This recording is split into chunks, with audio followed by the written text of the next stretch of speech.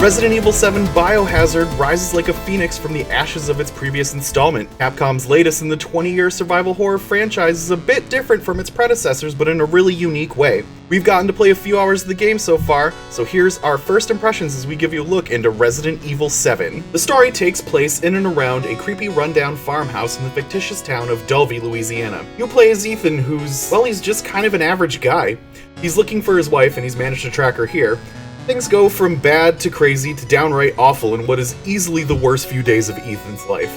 You must escape the clutches of a psychotic, cannibalistic family called the Bakers, who are led by Bryan Cranston, I guess? You have to navigate through the house while trying not to get caught and avoid, I don't know what these things are yet, venom symbiotes?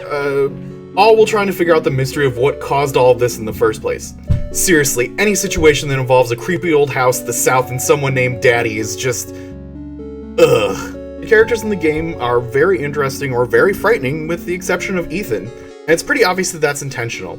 You're just a normal guy who is in over his head, and it shows. Being an average dude instead of a badass cop or super soldier makes the overall feel of the game more tense. Baddies in the game are just like they are in any other Resident Evil game. Jerks.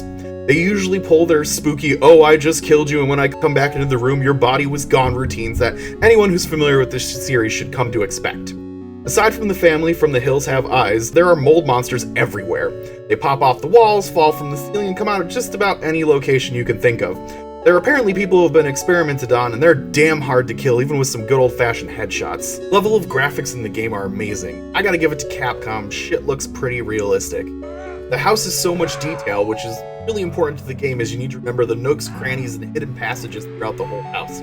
There's a lot of sneaking around and backtracking, so you get a really good feel for where everything is. First-person perspective, which is a first for the series, really helps you soak in what's around you and makes it a much more visceral experience overall. The sounds of a constantly creaking house combined with flickering, moving shadows make for a really creepy experience.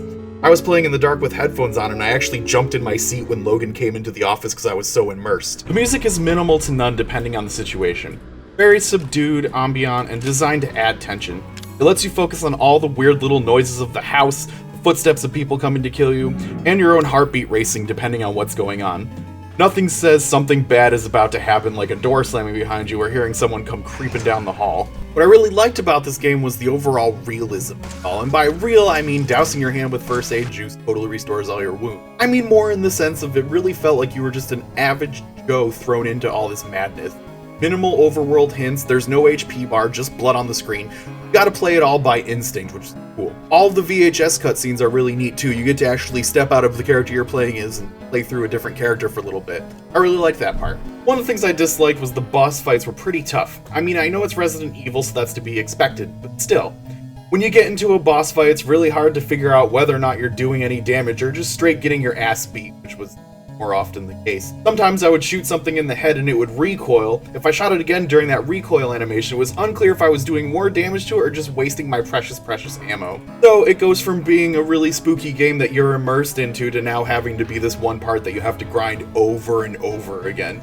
It takes you out of the story a little bit. This game is for masochists and for people who love the survival horror genre. If you're looking for a casual gaming experience, this isn't for you. Also, if you don't like spooky things, keep moving. If you're the kind of gamer who likes a Dark Souls styles game with serious boss fights and minimal hand-holding, you are going to enjoy this.